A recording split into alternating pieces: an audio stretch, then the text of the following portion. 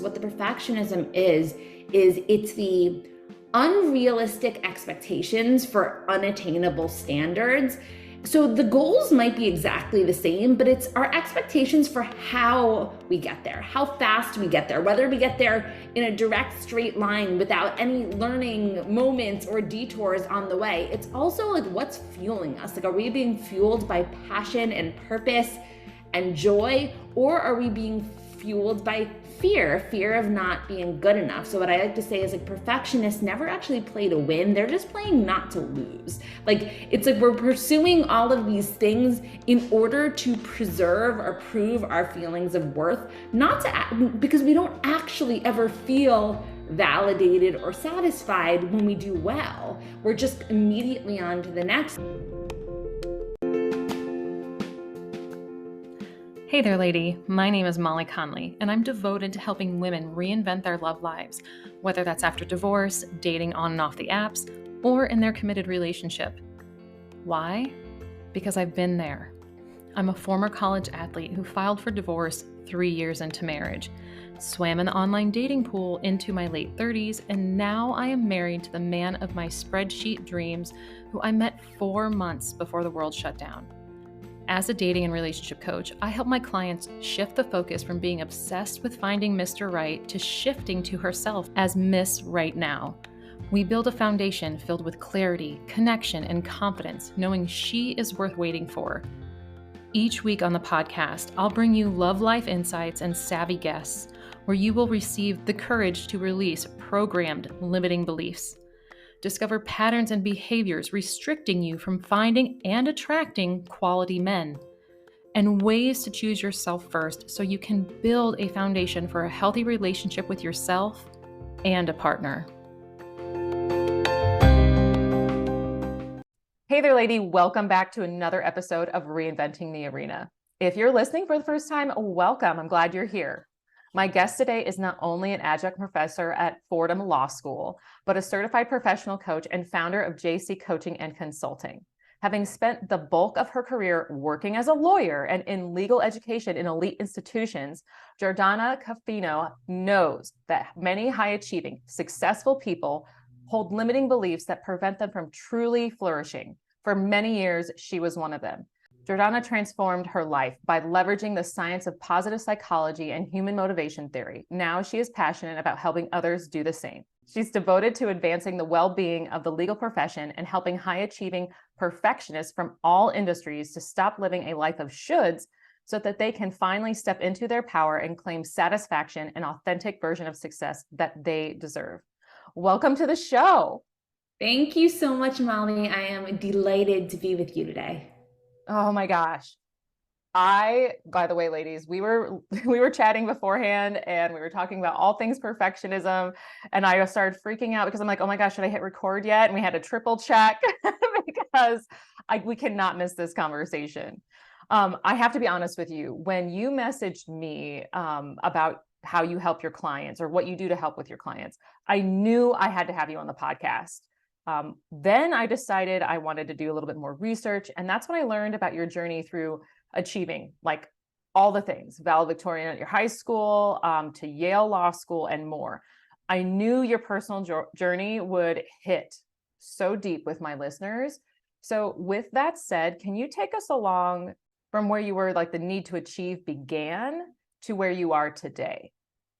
Yeah, absolutely. So I would say for most of my life, I could be pretty accurately classified as a raging overachiever, and someone who really wore her perfectionism as a total badge of honor. So now, which is funny because we're fast forwarding to where I am now, my blog is Chronicles of a Recovering Type A plus Perfectionist. So where I've come from to where I've come to is very much a journey for sure.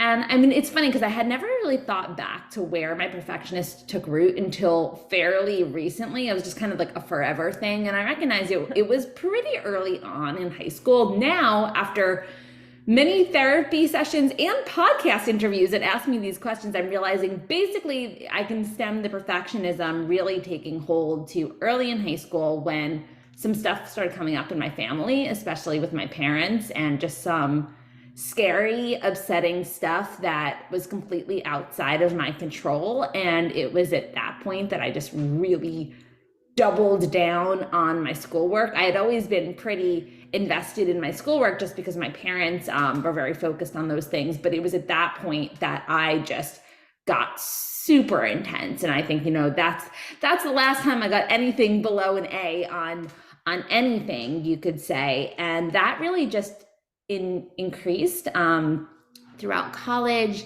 and towards law school. And I was a social psychology major in college because that really appealed to me. But when it was coming time to graduate, I was at Yale College. All of my friends seemed at least to be going into banking and consulting.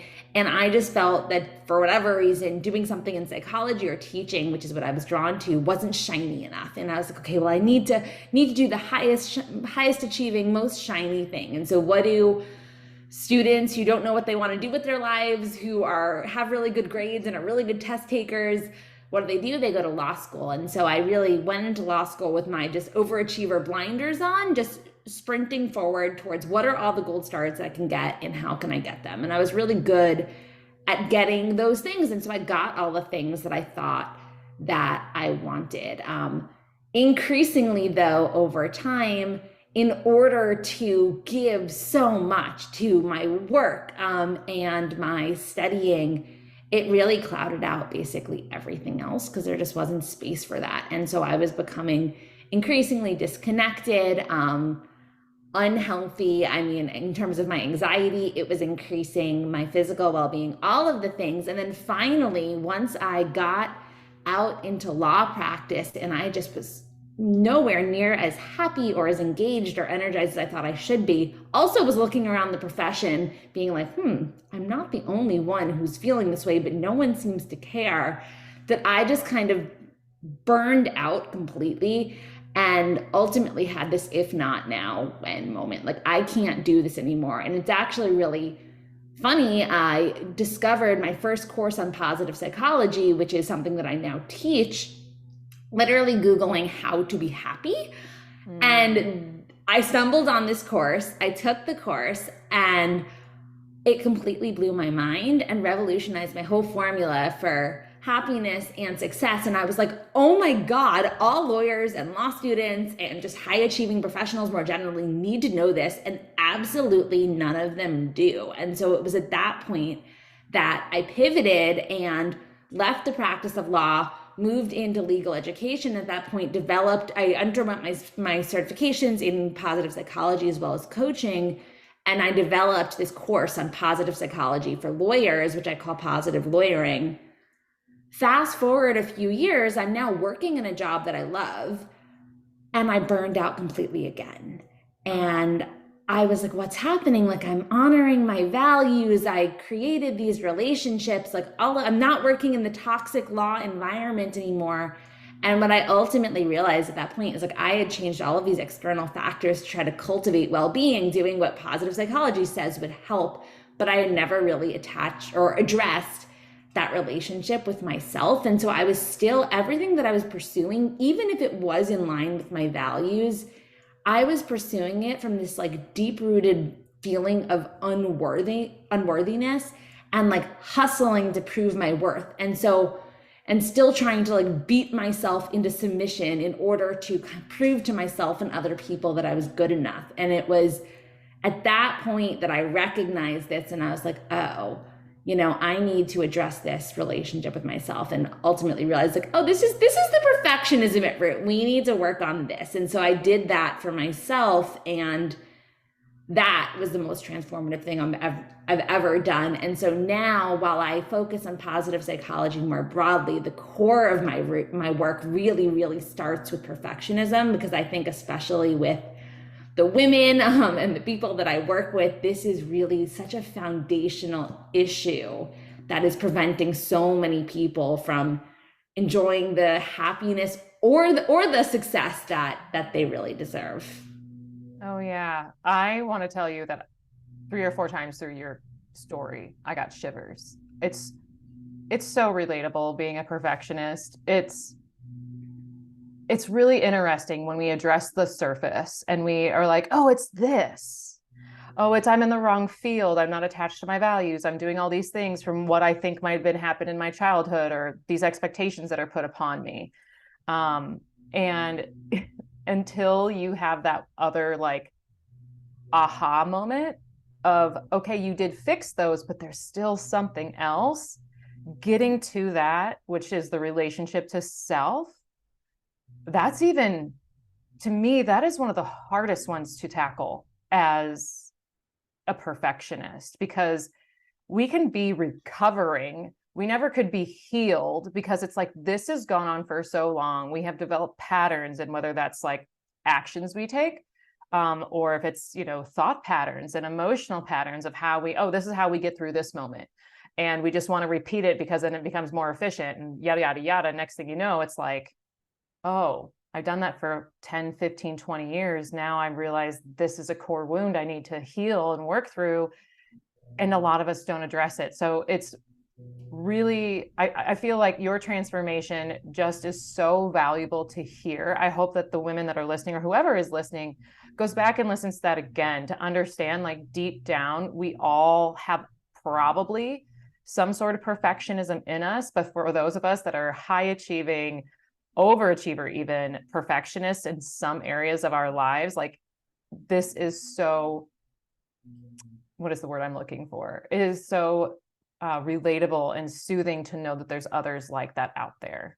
Yeah, absolutely. I feel like the quote that, or the saying that comes to mind is, wherever you go, there you are. And I'm sure, as a coach, often when people will come in being like, oh, well, there's this thing that's a problem. So it's my job. The job is a problem, so I need to leave the job. Or the relationship is a problem, so I need to leave the relationship. And often the case is like, yeah, those things are true. You should leave the job. You should leave the relationship. But often there's something about how we're thinking and relating to ourselves too, that if we don't recognize that and work on it, and I'm like, yes, I could not agree with you more. Like, it is recovering.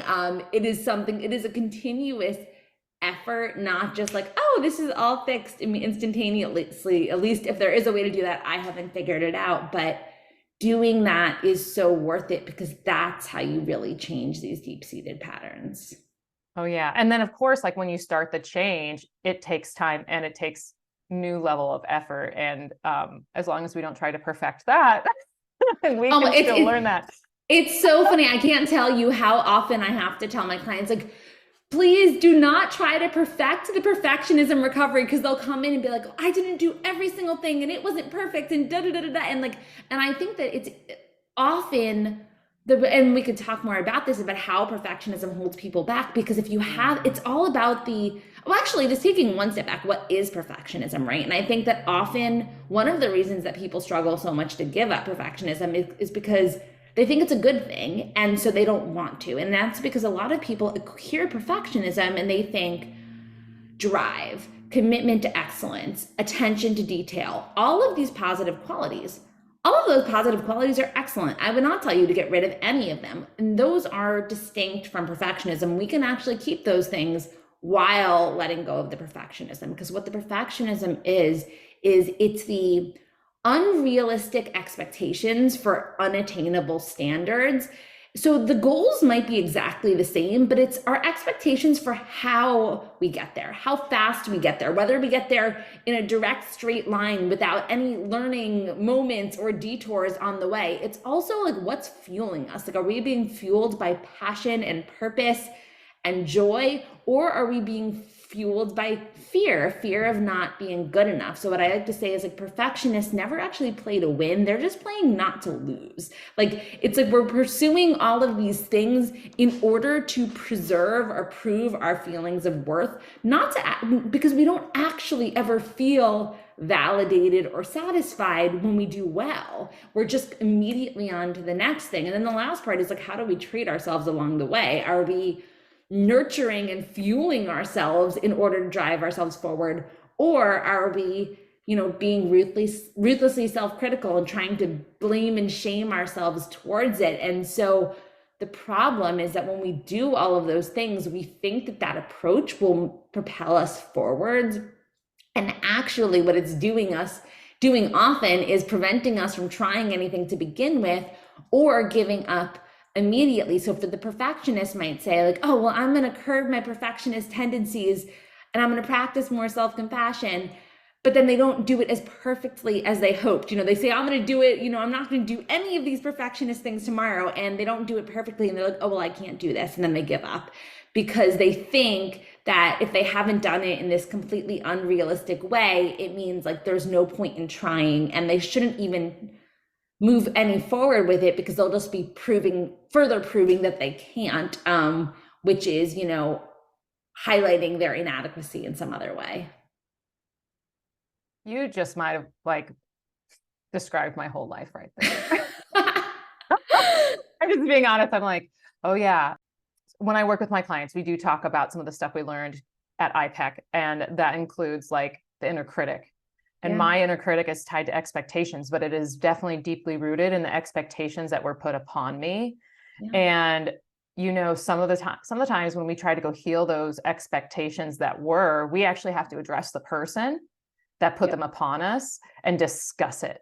So like there was so many that came up for me, especially around my parents being like, we just want you to have a better life than we did. And I'm like, I thought you guys had a pretty good life. Did we not have a good life growing up? Like all those questions come up and I'm like, okay, well, your expectations around X, Y, and Z is related to your childhood around this and this and this, and that's not my story. So I need to learn how to craft that. But before I get off on that whole side of discussion, we normalize it as a perfectionist. Like we know it's going to happen is burnout. And even as a high achiever, that's going to happen.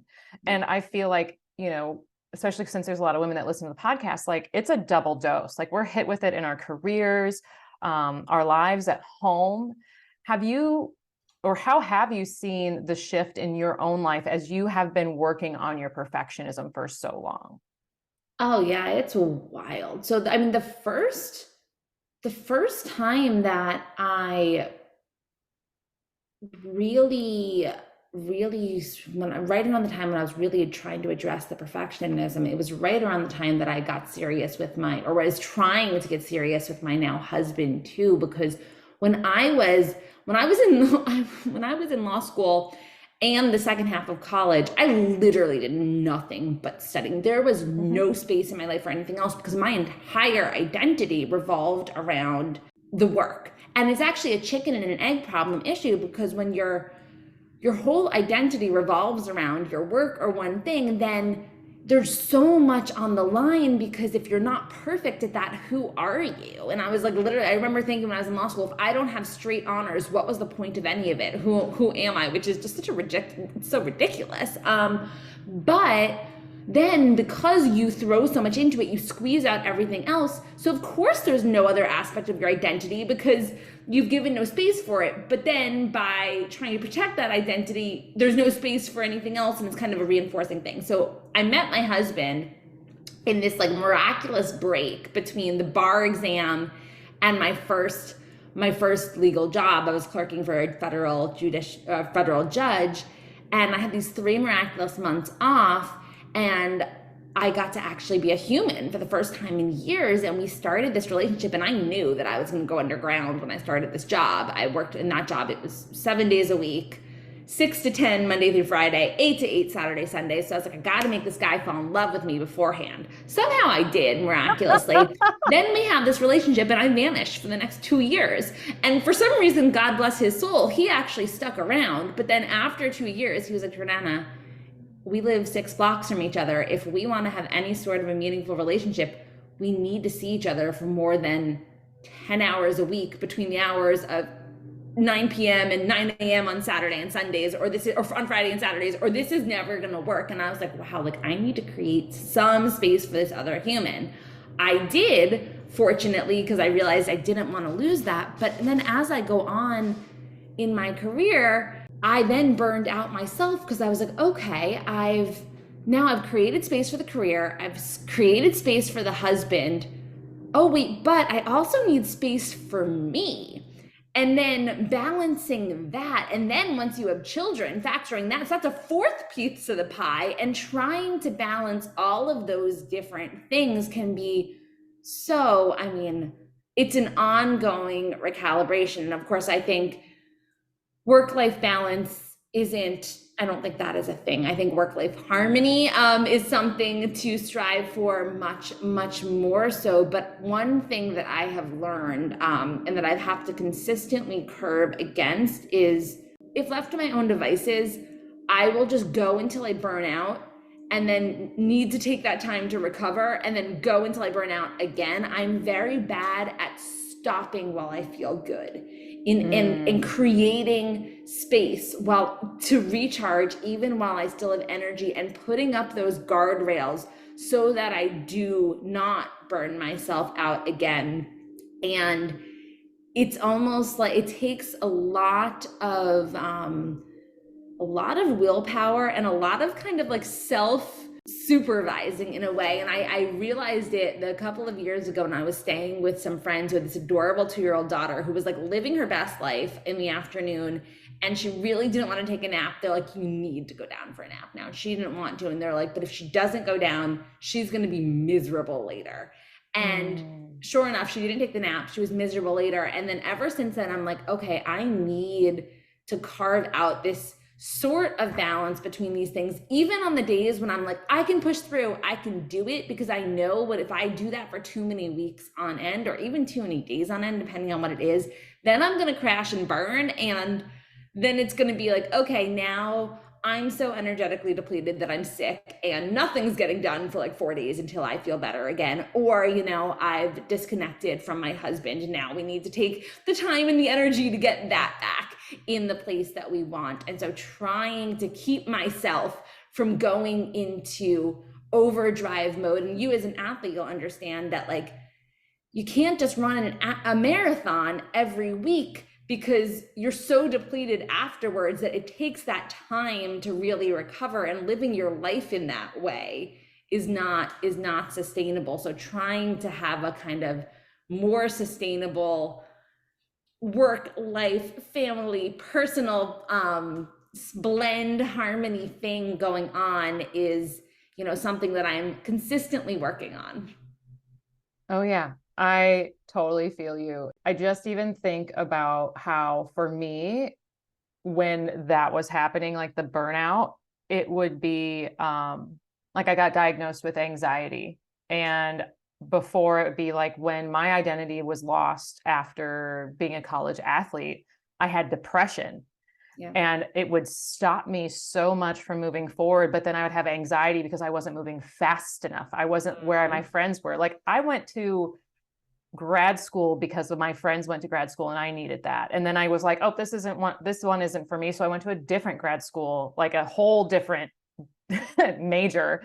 Like went from, I was a graphic design major, ironically enough, and then decided to go in to Savannah College of Art and Design. And I wanted to get a degree there. And then I was like, oh, this isn't what I want to do. I want to do nonprofit work, and started focusing there. And I was like, actually, I want to do public policy. All of a sudden, it was just wanting to continue and continue and to continue pushing my, you know, my worth towards what letters were after my name.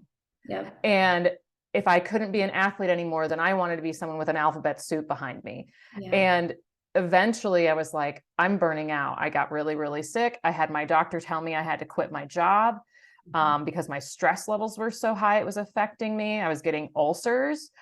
It was nuts. And until you take that break and say, I need to reset, or I need to find a job that's going to, maybe it's going to pay me less, or maybe this is going to make me have to lean on something else. Like I had to take a break. And if I didn't, I don't know where I'd be.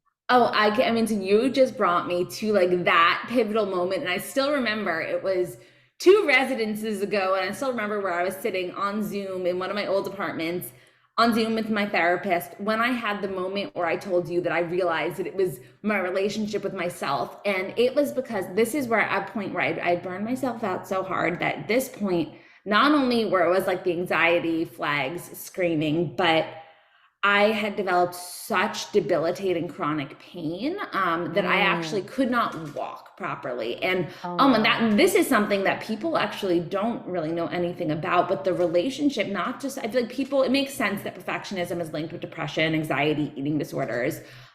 It's also so closely linked with chronic pain, autoimmune issues, migraines, all of the IBS, all of these other chronic health issues that doctors often say, like, oh, we can't really figure out what's causing them or how to properly treat them. Here, you can manage the symptoms with these things, but there's really no cure. And so at this point, I had been like, literally my body just stopped functioning. And so I responded like you. I'm like, okay, I'm completely burned out, but I need to push myself harder. I just kept pushing on this like stalled out car. My therapist said to me, she was like, Jordana, if you had a broken down racehorse that had just literally broken down, collapsed on the ground because of exhaustion and injury, would you just keep whipping it to try to get it to get up and run faster? And I was like, no, like obviously not. And she's like, then why are you doing that to yourself? And I was like, oh.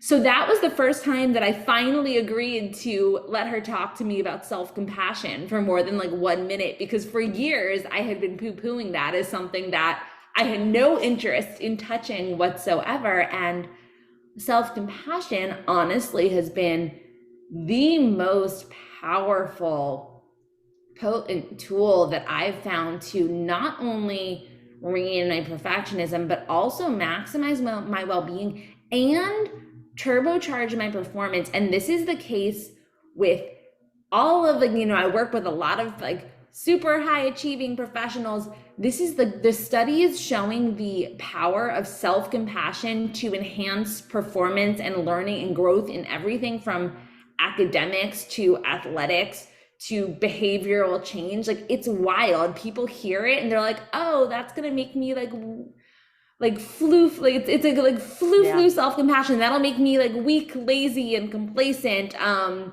and just like making self-indulgent. And the thing is it actually is like the fiercest, most motivating, empowering thing that you can do for yourself.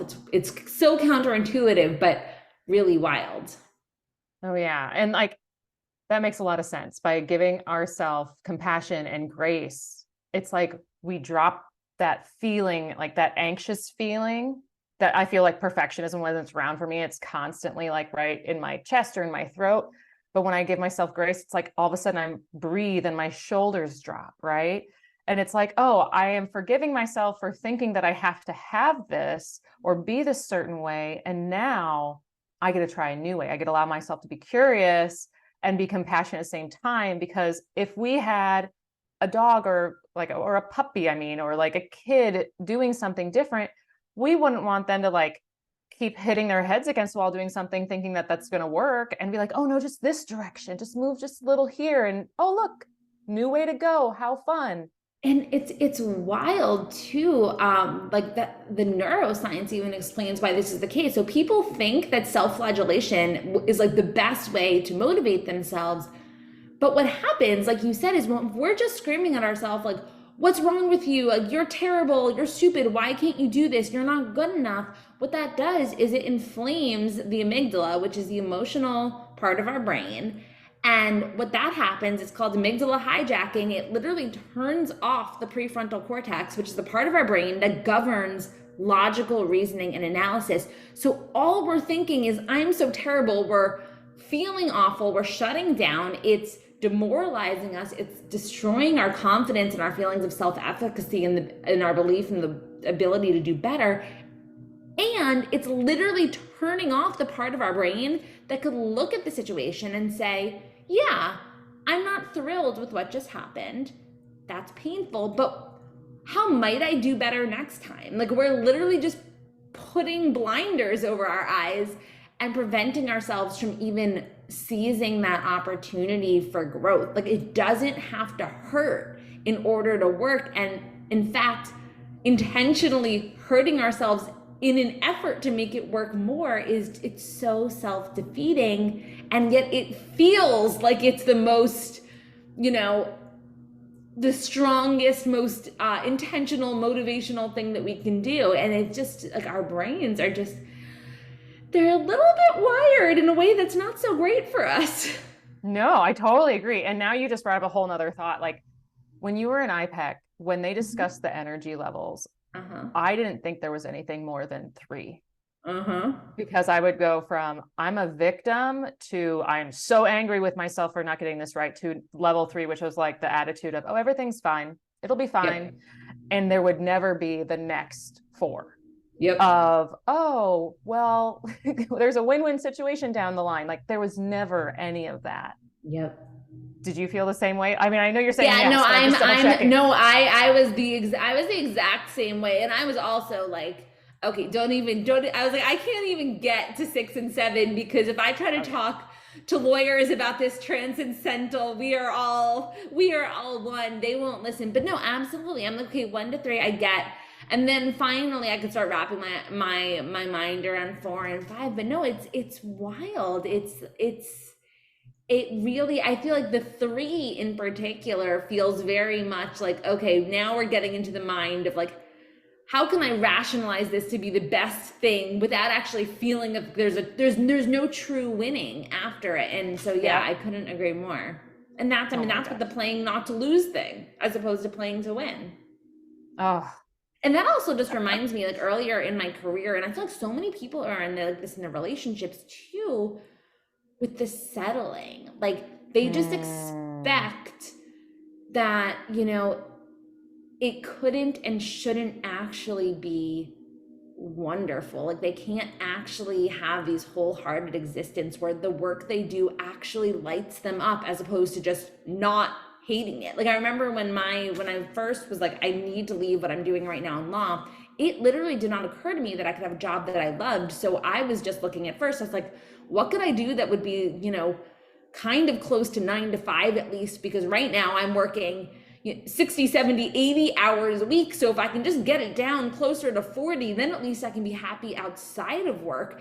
The proposition that I could find work that actually fueled me in a positive way was this total revelation. And I think similarly in their relationships, people, and this is also just going back to our expectations for what we feel like we deserve and what we're worthy of. People feel like it's not really possible to win. It's more about just like mitigating various types of losses, and it's just not true. But you know, I mean, you know, our what we believe becomes our reality, because that's what we expect and what we find for ourselves. Oh yeah, and that's a really great point too to mention, because it's almost like, and this is where the perfectionism I feel like is so deeply rooted in also like checking the box. Mm-hmm. So it's like, I checked the box of graduating high school. I checked the box of doing XYZ in college, and oh, got to hurry up and get that job to check that box. I got to get the house to check that box, and I better hurry up and get married to check that box. Oh, and then there's kids, and then there's a dog, and then there's family vacations, versus asking, does it have to be in that linear fashion, like you brought up earlier, let alone, is that really what you want? Or did someone else tell you that's what you want? And that's why now is your version of success. When can we figure out what your version of success is? And it's like, oh, but I don't know what myself wants. I don't have time to figure that out because I have XYZ to do. Oh my gosh. Well, that is, so one of the two most powerful things that I feel like I do with my clients, there's the self-compassion, and then there's the values work. And I remember, again, so many of my main revelations in life have come with my therapist, either on her Zoom or on her couch. This one was on her couch. This was during law school. This was my second year of law school. I was working in a big law firm, and I was just so unhappy. And this is, again, I'm looking around, everyone is so unhappy. And I'm like, what is this? Like, there's got to be something more than this. And she had me do this very, very, very basic values discovery exercise. Where just like the very, you know, look at the list of 100 values, identify the 5 that are most important to you. And let's just think about how, to what extent what you're doing with your life and your energy is aligning with these. And it was mind blowing for me because, one, I recognized that everything I was doing with my time in my life was not only not furthering, but directly contrary to my values. Like my top values were love and connection. And I was literally the loneliest person on the planet because I was spending 100% of my time trying to get perfect grades to become a federal criminal prosecutor. Like that, it just didn't make sense at all.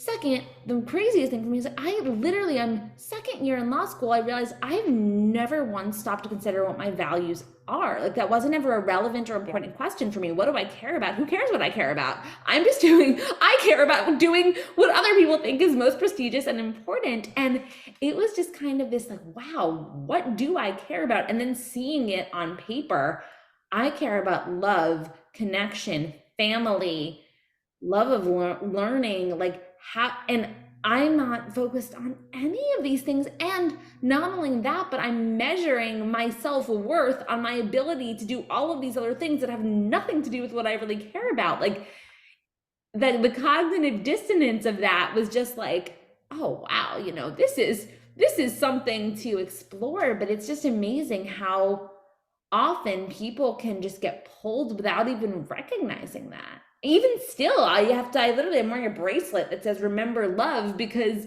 in the hustle and bustle and pressure of life, I'll find myself getting totally subsumed with things that then pull me away from my values. And often I don't even recognize it in the moment until I start feeling those feelings of teetering towards burnout. And I'm like, oh, wait, then recalibrate. But having, even for someone that literally teaches and coaches on this stuff professionally, I still get pulled away from it. And so it's not easy. It's a constant, reminding ourselves and being willing to recalibrate process. Yeah, I completely agree. And I love how like that is one of my new favorite words now is recalibrate, like how to explain this part. And I didn't do values work ever. And no one had ever asked me, what did I care about? Really, I was like, oh, I care about food. I care about swimming because that's what I did as an athlete. And I guess I like to work a lot because I became like a workaholic. And so but was that because you value it? Yeah, yeah. And it's hard because like, I know my values right now, because they do shift every once in a while. And I'm a Dr. Brene Brown fan. I believe in having only two. So like in Dare to Lead, she makes you pick two. And it was so hard. It probably took me 3 weeks to get there, but it's making a difference and freedom. It used to be authenticity, but authenticity gives me freedom. It can roll up in there. So making a difference, what sucks, feeds me wanting to work all the time. Yeah. So I have to understand that that is part of my perfectionism of thinking, once again, my worth is tied into what I do. So I have to pull that out and realize I can make a difference too in areas of my relationships and with my body and with my health. And so I have to really encompass the other areas of my life to make sure that I'm recalibrating, like you said, all those different ways. And though what I would add to that, and this is what I'm always reminding myself, is that I am a shadow version of myself when I'm burnt out. And so if you really want to make a difference, you are making the most powerful difference when you're showing up and doing your work as, your fully energized, amazing self. And when you're depleted, like you can produce for people, but are you really making a difference in the same kind of a way? Probably not. And so this is where I feel like the perfectionism trips us up, because with this more is always better, working harder is always better. It's not actually about, are we producing the outcomes in the way that we want? And it's just like, it's just so wild how irrational and kind of self-sabotaging it can make us. But the thing that I like about the recalibration point is that this is going back to like the perfecting perfectionism. And I think that people can be like, oh, well, identified my values, I'm going to make these changes, and then I'm going to be all values like aligned for the rest of my life. And it's like, no, that you cannot expect that to work. We have to be, it's an ongoing thing. And the perfectionist, because it's so deeply rooted in a fixed mindset, like if I can do it, I shouldn't have to try. I should be able to do it and it's done. They're so averse to this commitment to maintaining it and expecting that, things will get pulled in other directions and then we'll fix it. And that's okay. And like we can be a little bit more fluid about things, as opposed to this black and white thinking about how things have to, all or nothing, black and white thinking about how things have to go.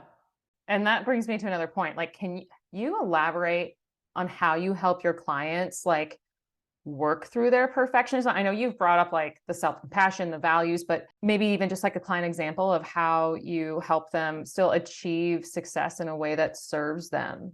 Yeah, absolutely. And so I think the first thing, identifying what are the qualities that you want to keep and what do you want to get rid of, and what and why do you want to get rid of the parts that you want to get rid of? Like, what are the costs? Like, what is the issue? Why are we even having this conversation? And I think that having people really hone in on the costs of it. So if their perfectionism is making them procrastinate on big projects, or to completely burn themselves out so that then they're showing up not fully present for important things because they pulled themselves in too many directions, or if they're completely neglecting their relationships and it's damaging them and they care about them. So what's the reason, first of all? Then it's the cultivating the self-compassion, because the way that we can keep the drive for the excellence and wanting to pursue our values and these things that we care about without the negative effects is we need to be coming at it not from a place of fear of not being good enough, not being worthy enough. And how can we start to cultivate some self-worth? It's through self-compassion. And so the way to start cultivating self-compassion is first mindfulness, because mindfulness helps us notice what are those thoughts that are coming into our head when we are, doubling down on these perfectionist impulses. So when we're saying like, I need to work harder, or, it won't be good enough, or I'm exhausted, but I just need to do this, or when we're tearing ourselves apart for not doing something the way that we want. And we're seeing those thoughts and separating ourselves from them. And so we want to get really familiar with these inner critics or these inner drill sergeants. And so this is going back to what you were saying earlier about like, who is that voice? Like, what does that voice remind you of? And so often, it might be a former coach or a former parent. And so really like thinking about like, what are the words your critic uses, or the phrases that come up again? I draw my critic. I make all of my clients draw their critic so you can notice it when it's coming up. And then when it comes up,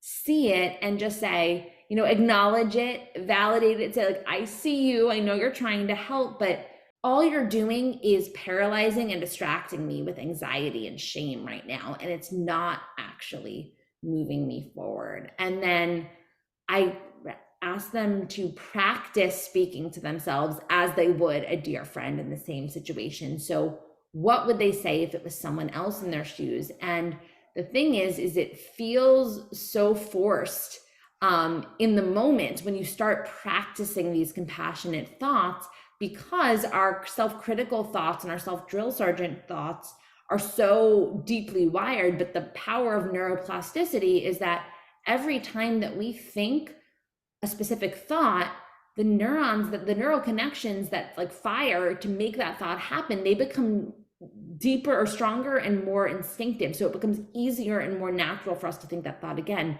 So literally practicing self-compassionate thoughts over time, we can grow our self-compassionate voice. And as we do that, it's like there's only so much bandwidth in our head. So it's like a radio station. If the frequency of the self-compassionate voice grows stronger, which it will if you practice talking to yourself in this way, the critical or the drill sergeant voice will grow weaker, changing the way that you relate to yourself overall. But then the next part is when you talk to yourself in this self-compassionate manner and use that to help you ride the anxious urge. So the anxious urge that's telling you like you need to work more here, or you can't take this break, or you need to keep, trying to perfect this part of this assignment, even though you need to move on. You can get yourself over that hurdle, then allow yourself to observe how it goes. Because the problem is that most perfectionists, like, we're so scared to deviate even slightly because we think that everything's going to fall apart if we do,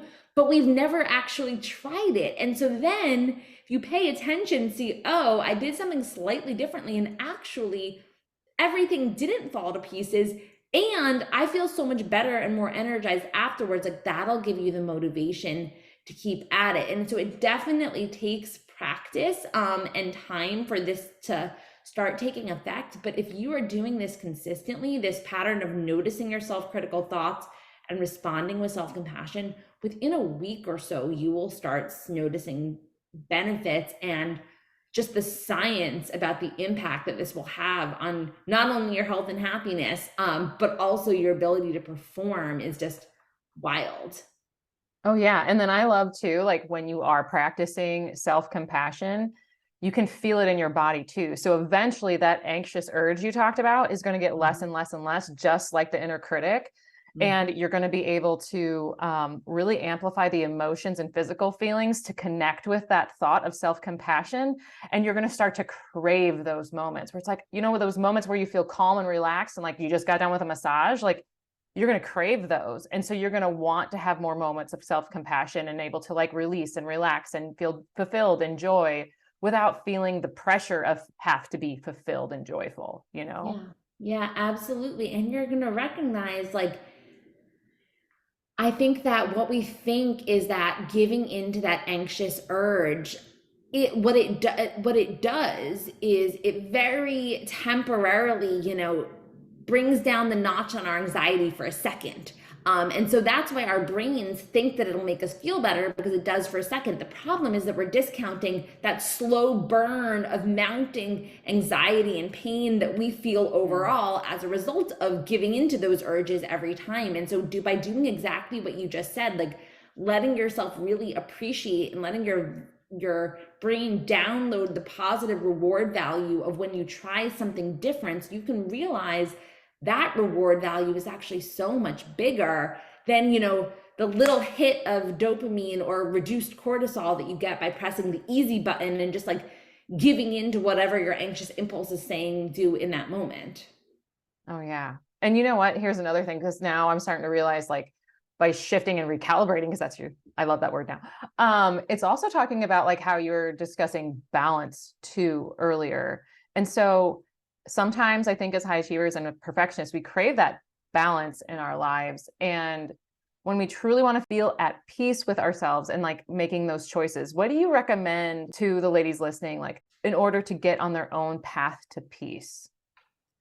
So what I would say in getting on your own path to peace, asking yourself, when you are feeling this urge to do something, ask yourself what is motivating you to do it in that instance, and whether it's something at home or something at work. Are you being driven by your values in that instance, or are you being driven by fear? Because I think that it's the fear. Fear is like all of the shoulds. Like I should be, I'm hosting a Friendsgiving tomorrow. My perfectionist brain would probably say, oh yeah, I should be downstairs cooking up a storm right now. I'm catering that Thanksgiving proudly because you know what?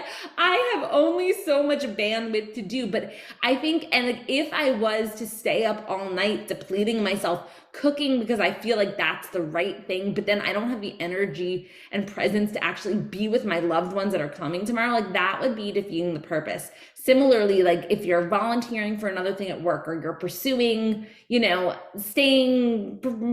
pursuing another project or pursuing another degree or whatever the thing is, like what is driving you in that moment? Because I think that if we can start to pull those things apart, we can identify where we're hustling to prove our worth in any area of our life. And if we can just rein those in and trust that we don't need to hustle to prove our worth, because we are so freaking worthy, and we are just holding ourselves back. We're self-sabotaging by depleting ourselves, by letting this fear drive us. And so what I would say is, rather than focusing on, I need to be, because I think even hitting any specific balance, that's kind of a fear should. And what I always like to ask myself, how would I show up, or what would I do here if I believed I was worthy? If I believed I was completely worthy, and I was just doing these things for the sake of honoring my values and what I care about, and trying to do a good job for those reasons. And I think that is a really helpful guiding principle, because there's no one cookie cutter right answer. for all situations. And so it's funny, I have one of my other bracelets, in addition to the Remember Love I have here, I have one that says May You Know. And it's because I had my therapist create this loving kindness meditation for me, because loving kindness meditations, if they're a meditation that people use to cultivate self-compassion, and often they involve you repeating to yourself and others, may you be happy, may you be healthy, may you be at peace. But those phrases, I was like, these are great, but they don't really feel like exactly what I need to hear. And so we created one just for me, and it started, may you know that you are worthy, may you be free to be who you are, may you know that you are loved. Because I truly, truly believe if I can just lock down and know those things, that will liberate me and empower me to show up as the person that I really want to be, unshackled from the fear that has, kept me hijacked and contained for so much of my life. I know we mentioned meditation earlier, and I told you that that was something I tried to do. I really feel that sometimes those simple meditations of repeating certain phrases over are way more effective than the ones that are like, you're walking through a field. And so I listen to one that's like, may you be healthy, may you be well, please be well, please be healthy. Yeah. And just, it takes it a whole different feel, like a whole different life of its own. Like I feel the vibration in my body when I'm listening to those, and how I know it's making an impact just by listening to it on a regular basis. Like maybe it's only 5 to 10 minutes, but it's extremely helpful to almost recenter myself before I start a day, or in the middle of the day to recenter myself and refocus about like, what is healthy? Healthy is not working myself to death.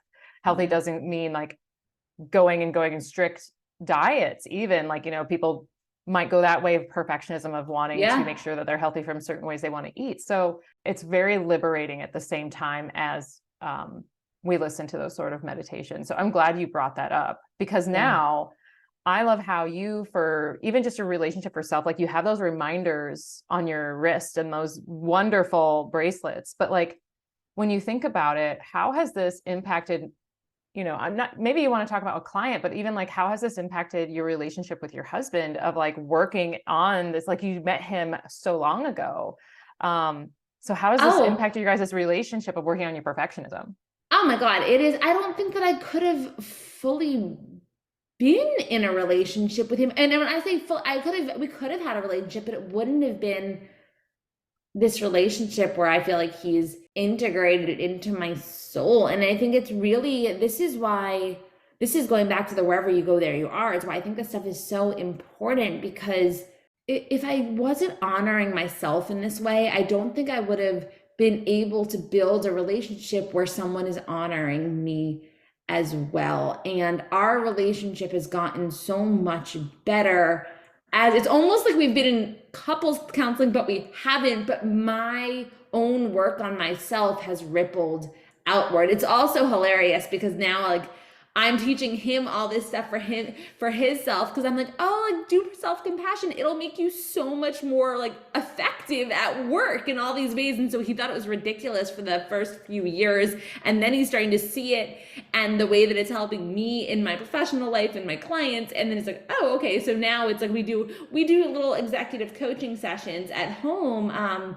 But no, it really, I think being able to care for myself has enabled me to show up in the relationship in a way that it can really be just a mutually respectful, mutually compassionate relationship. Also, I think that doing this work on myself has empowered me to be really vulnerable in the relationship, because the perfectionism, it's all about having that air and those appearances of perfection. And I've dealt with serious trauma. I've got deep wounds. I have deep struggles. I have many imperfections. And I remember when I had a therapist earlier in life, I was like, well, I can't imagine ever, like, these aspects of me are the things that I would never want anyone to know about me. But it is so important to me that my future husband knows these things about me, and can accept these things for me. And so getting to that place was such a big thing. And it's so funny, I even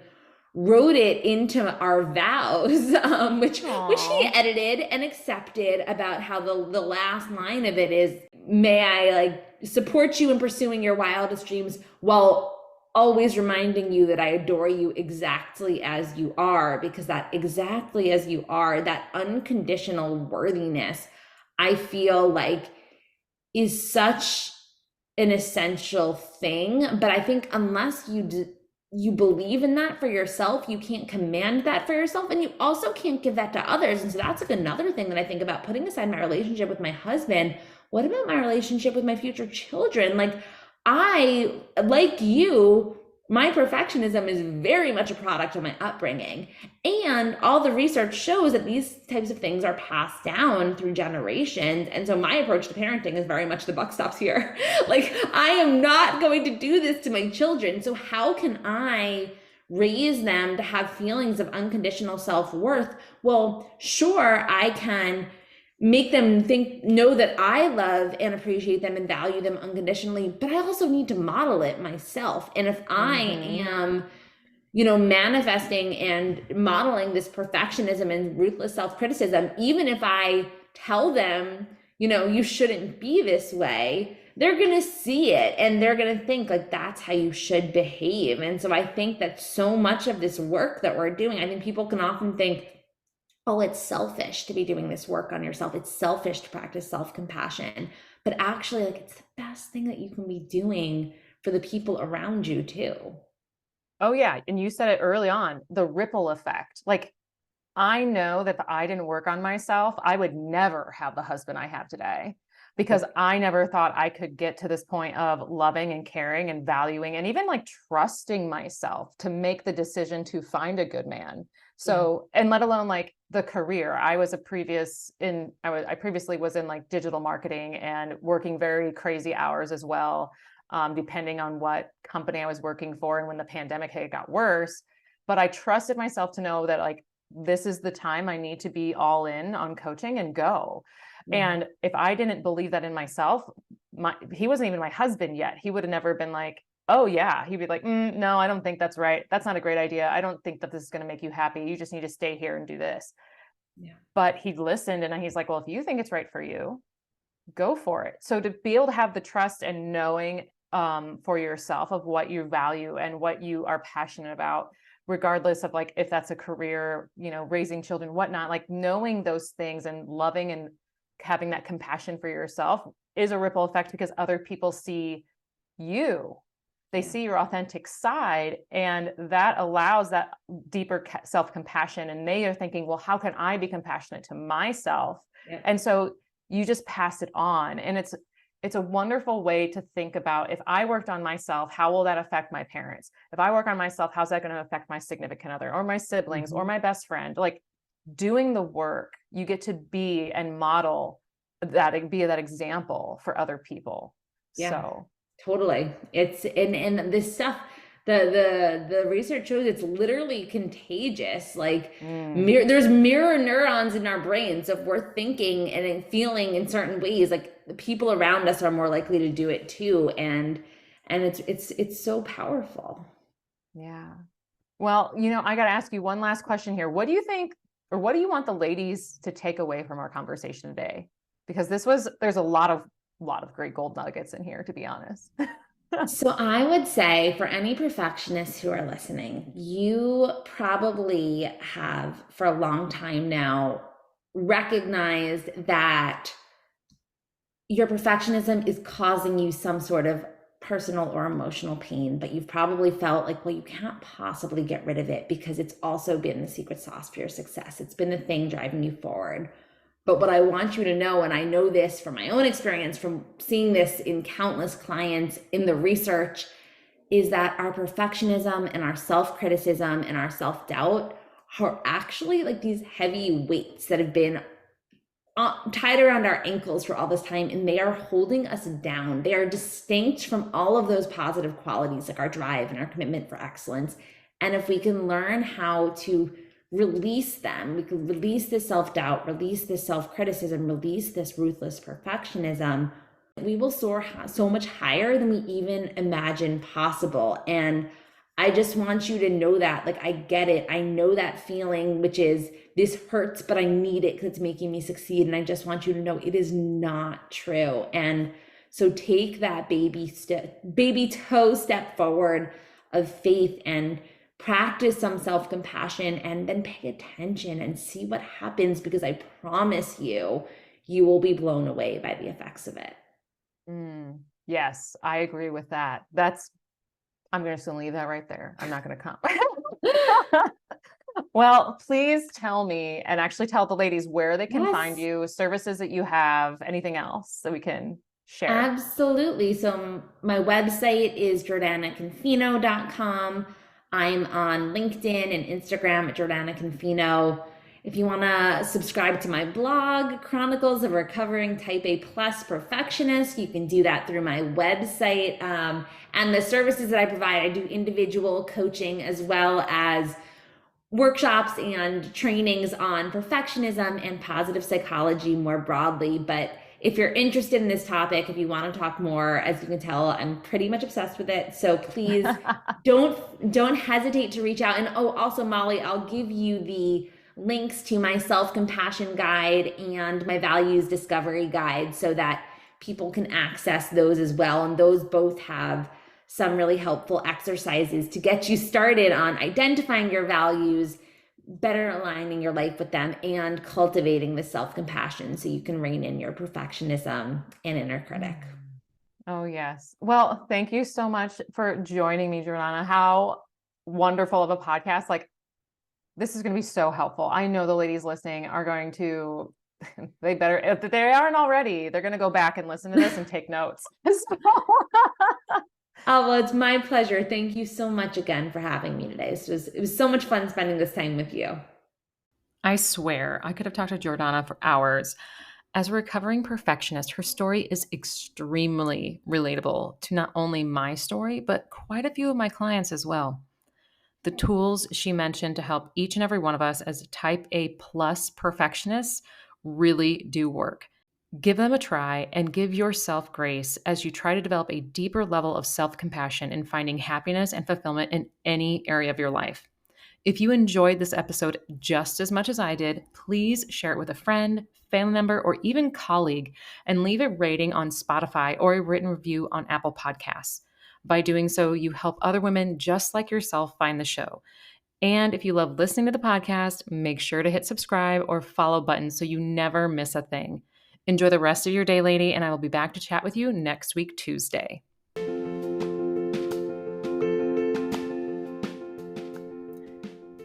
Can't stop settling? Sign up to receive daily words of wisdom. I call them Lady Love Lessons. They're for ambitious women like yourself who are tired of hearing they're too much or that they're not enough. It'll help give you the tough love and motivation to choose yourself first. All you have to do is go to my website, reinventingthearena.com, and scroll to the bottom of the homepage to sign up. I'll see you in your inbox.